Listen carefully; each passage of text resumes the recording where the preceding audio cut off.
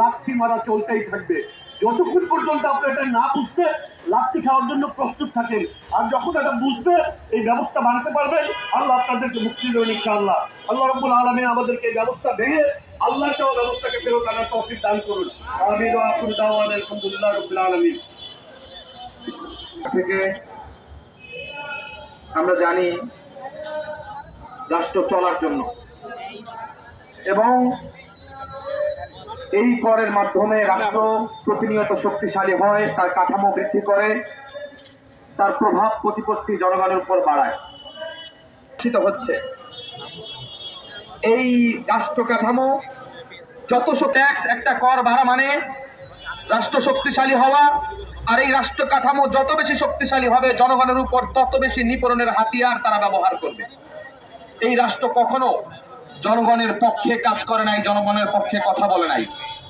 এই রাষ্ট্র পুঁজিবাদীদের স্বার্থে, এই রাষ্ট্র বিভিন্ন মাল্টিলেভেল কোম্পানির স্বার্থে জনগণের উপর অর্থনৈতিক বোঝা চাপিয়ে দিয়েছে। আমরা আশা করেছিলাম গণঅভ্যুত্থানের এত রক্তের পর, এত সংগ্রামের পর, এত মানুষের জীবন হারানোর পর বুঝি আবার সময় পরিবর্তন হবে, রাষ্ট্র কাঠামোর পরিবর্তন আসবে, কিন্তু না। 16 বছর যাবৎ ফ্যাসিবাদী সরকার যে রাষ্ট্র কাঠামো তৈরি করে গিয়েছে, জুলাই অভ্যুত্থানের পরবর্তী বিপ্লবী সরকার যারা নিজেদেরকে দাবি করছে, তারা সেই কাঠামোর ধারাবাহিকতা বজায় রাখা ছাড়া আর কোনো কাজ এখানে করে নাই। এজন্য আমরা দাবি জানাই না, চাই পরিণতি সেটাই হবে যেই পরিণতি ফ্যাসিবাদের হয়েছে। এজন্য আমরা দাবি জানানোর সেই ছেলে খেলা খেলতে চাই না। দাবি বহুত জানানো হয়েছে, এই রাষ্ট্র কাঠামো কোনোদিনই জনগণের দাবির কোনো মূল্যায়ন করে নাই। যদি পায়ে পাড়া দিয়ে কথা বলতে পারেন তাহলে জনগণ, আপনার সরকার আপনার কথার মূল্যায়ন করবে। এজন্য আমরা এই কাঠামোর উপর কথা বলা শিখে গেছি। যদি তারা সতর্ক হয় এবং বিগত দিনের সেই পরিণতি থেকে শিক্ষা গ্রহণ করে এই রাষ্ট্রকে প্রকৃত অর্থে জনগণের কল্যাণ রাষ্ট্রে পরিণত করতে চায়, তাহলে তাদের জন্য সেই সুযোগ আছে। অন্যথায় তাদেরকে সেই পরিণতির অপেক্ষা করতে হবে যেই পরিণতি ফ্যাসিবাদের হয়েছে। ইনশাআল্লাহ আল্লাহ রাব্বুল আলামিনের প্রদত্ত রাষ্ট্র কাঠামো ছাড়া এই জমিনের মধ্যে আর কখনোই ইনসাফ প্রতিষ্ঠিত হবে না। এই বাস্তবতা আমাদেরকে বুঝতে হবে।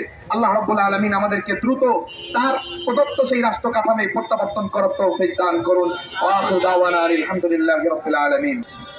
এই 90% বছর আর এই যে IMF, ওয়ার্ল্ড ব্যাংক, এদের প্রেসক্রিপশনে আসলে এই দেশের মানুষের পেটে লাথি দেওয়া যাবে না, ঠিক আছে? তো এই সরকারের প্রতি একটা উদাত্ত আহ্বান এবং রিমাইন্ডার যে আপনাকে মনে রাখতে হবে আপনাদেরকে যে আপনারা কাঁধের রক্তের উপরে মানে ভর করে চেয়ারে বসেছেন। এই জুলাই অভ্যুত্থানের যে স্পিরিট, এটাকে ধ্বংস করতে দেওয়া যাবে না, এটাকে নষ্ট করতে দেওয়া যাবে না। আপনাদেরকে খুব ভালোভাবে খেয়াল করতে হবে। আপনারা যদি নয় করেন, এই খেলা কিন্তু মানুষ বুঝবে। রিক্সাওয়ালা থেকে শুরু করে, কৃষক থেকে শুরু করে সব শ্রেণীর মানুষ মাঠে নেমে এসেছিল। আমি আপনাদের প্রতি উদাত্ত আহ্বান জানাই, আপনারা প্রত্যেকের জায়গা থেকে এই ধরনের অন্যায়, বৈষম্যমূলক আচরণ, এই ধরনের অনাচারের বিরুদ্ধে কথা বলেন, প্রতিবাদ করেন। নিজেদের জায়গা থেকে, প্রত্যেকের জায়গা থেকে নিজের ভাই